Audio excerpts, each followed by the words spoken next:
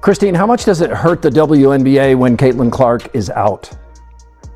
It is devastating to the WNBA when CaitlinClark is out. A lot of us were expecting some sort of dip since CaitlinClark has been out with injury, but I don't think all of us were expecting the entire viewership of the entire WNBA to be down. And this tweet from Christine Brennan really stuck out to me. She said, one player gets injured and more than half the TV audience for the entire league disappears. Has any other athlete ever had that kind of impact on a sport? Golf without Tiger definitely dropped precipitously on occasion. The WNBA is spiraling into a financial crisis, powerless as its foundation cracks without CaitlinClark on the court.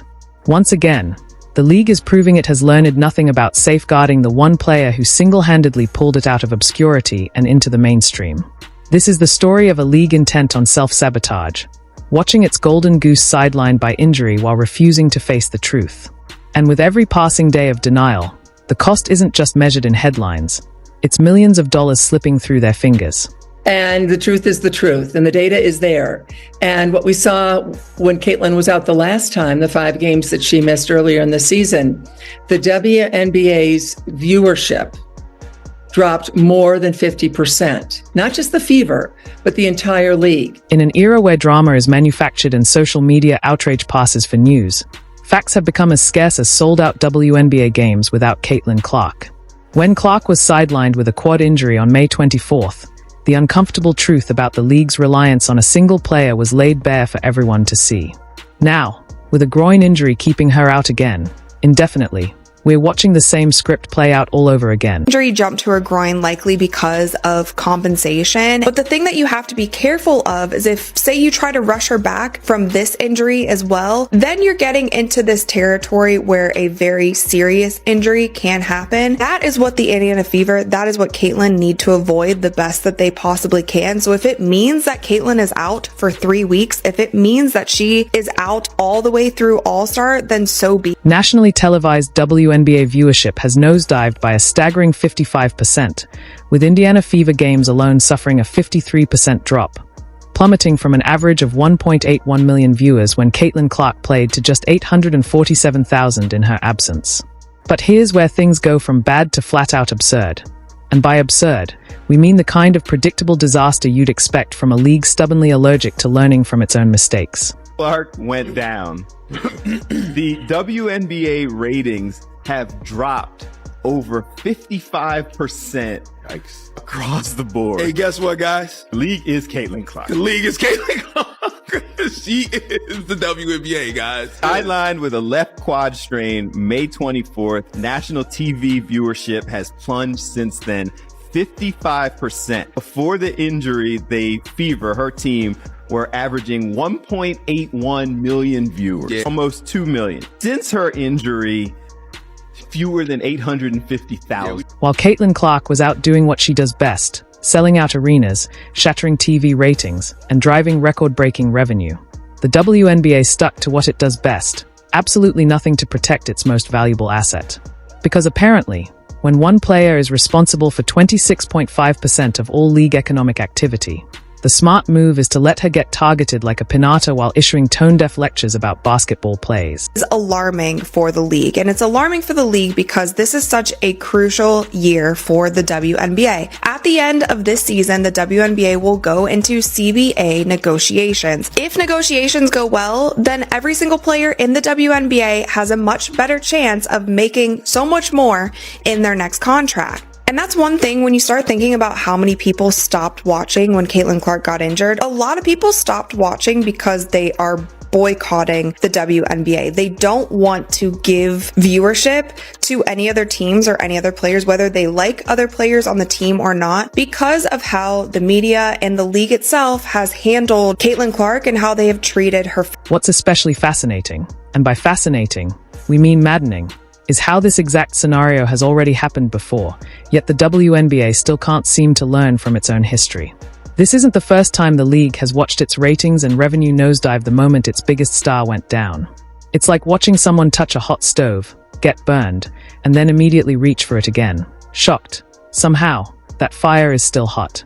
Concerning about this is the fact that we are only a month into the regular season and CaitlinClark has already been out with 2 injuries. With the first one being her having to miss some time with a left quad strain. Now, of course, this is concerning because if you're already on your second injury, you don't want to be that player that is always hurt. Cough, cough, Embiid, cough, cough, Anthony Davis. So I really do hope that the Fever really sits her out right now for a while, only because you don't want her to have more long-term injuries and be more prone. If you're enjoying this, don't forget to subscribe.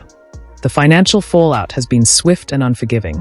Ticket prices for Indiana Fever games have cratered by 71%, with some plunging from $860 to just $250. The average price across games Clark has missed dropped from $1,370 to a mere $80, a staggering collapse that makes it crystal clear who's actually driving interest in this league. Road games that were relocated to larger arenas to meet the overwhelming demand for Clark are now struggling to fill seats. Venues that would have been sold out are suddenly half empty. The Fever vs. Sky rematch, once one of the season's most hyped showdowns, saw ticket prices nosedive from $210 to $95. This is the same matchup that previously drew 2.25 million viewers, ranking among the most watched WNBA games ever. Without Clark, it's just another game, and casual fans are tuning out. Man, bruh. Congratulations to the WNBA. Your ratings are going to drop by 55 to 60% once again. I believe the WNBA have successfully broken Caitlin.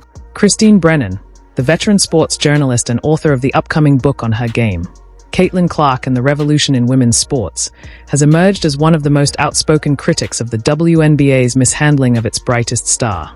The WNBA continues to fail to meet the moment, Brennan wrote, following yet another incident where Clark was blatantly targeted by opponents. People are watching as never before, and this is what they see. Brennan's words cut straight to the core. The league's own data shows Clark is responsible for drawing more than half of its national TV audience. And yet, time and again, she's left to absorb cheap shots and flagrant fouls, punishment with no basketball purpose, other than to rattle the very player keeping the lights on. It's like watching a restaurant owner let customers harass the one chef whose cooking keeps the place in business. As big a deal as Tiger was in men's golf, Keith, he did, and when he was gone, it affected the ratings, but nothing like that. And, Michael Jordan being out, maybe a 5 percentage points or something.